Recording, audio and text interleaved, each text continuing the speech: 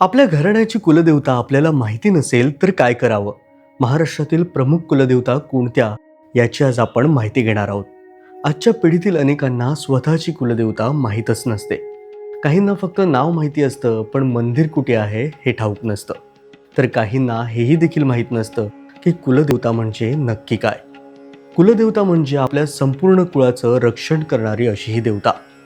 पिढ्यानपिढ्या ज्या देवतेची पूजा केली जाते, जिच्या आशीर्वादानं घराणं सुरक्षित आणि समृद्ध होतं, ती म्हणजेच आपली कुलदेवता. काही घराण्यांमध्ये कुलदेव असतो तर काही घराण्यांमध्ये कुलस्वामिनी म्हणजेच देवी असते.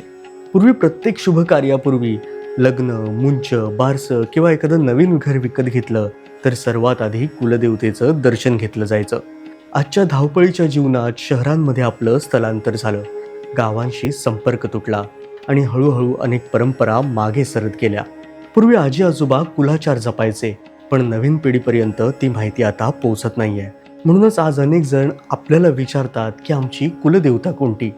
सर्वात आधी घरातील आजी आजोबा, काका, मामा, वयोवृद्ध यांना विचारा. अनेकदा जुन्या आठवणींमध्येच उत्तर लपलेलं असतं.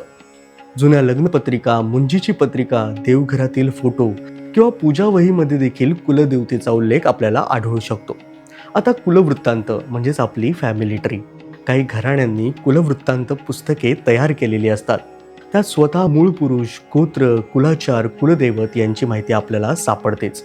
आपल्या मूळ गावातील मंदिर, गुरव किंवा पुजारी यांच्याकडे देखील ही माहिती आपल्याला मिळू शकते. कारण बहुतेक वेळा कुलदेवता ही मूळ गावाशी जोडलेली असते.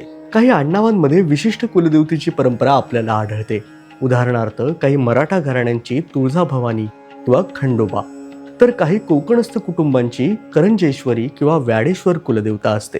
काही जणांना विशिष्ट देवतेबद्दल अनाकलनीय ओढ लागते. वारंवार त्या देवतेची स्वप्न पडतात. असंही काही वेळा संकेत आपल्याला मिळतात. अनेक परंपरांमध्ये कुलदेवता आणि शिवपार्वती यांचा खोल संबंध आपल्याला आढळतो. या शिवशक्ती तत्वाशी जोडलेल्या असतात. हिंदू धर्मामध्ये भगवान शंकर आणि माता पार्वती यांना संपूर्ण सृष्टीचे आई वडील मानलं जातं. खंडोबा म्हणजेच भगवान शिवाचा अवतार मानला जातो.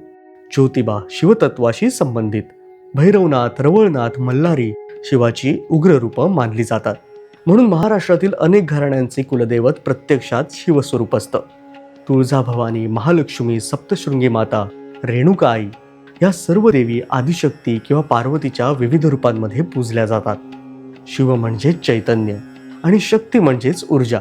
घराचं रक्षण, वंशाची प्रगती, संकटांपासून संरक्षण यासाठी शिवशक्तीचं आशीर्वाद रूप म्हणजेच आपली कुलदेवता असं अनेक परंपरांमध्ये मानलं जातं. महाराष्ट्रात अनेक घरांमध्ये कुलदेव आणि कुलस्वामिनी अशी जोडी देखील असते.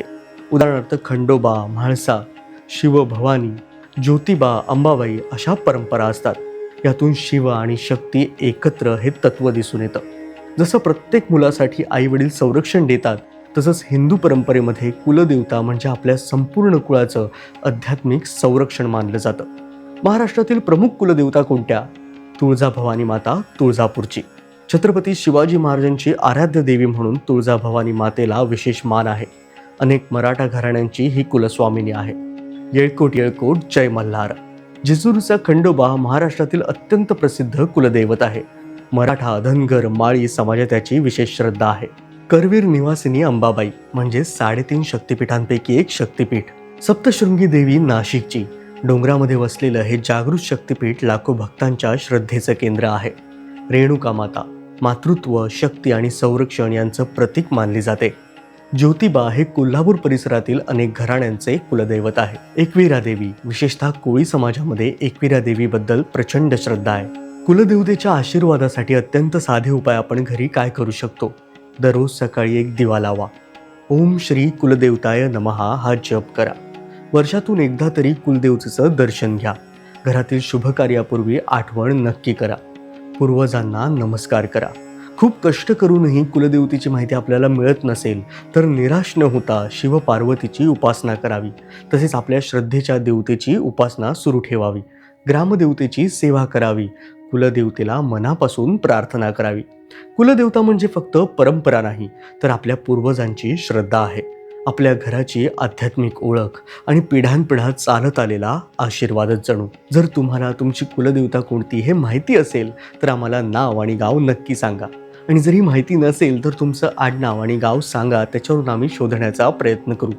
हा व्हिडिओ तुम्हाला आवडला असेल तर नक्की लाईक करा, आपल्या माणसांना पाठवा आणि चॅनल सबस्क्राईब करायला विसरू नका, कारण असेच माहितीपर व्हिडिओ आम्ही तुमच्यापर्यंत नेहमी आणत राहू.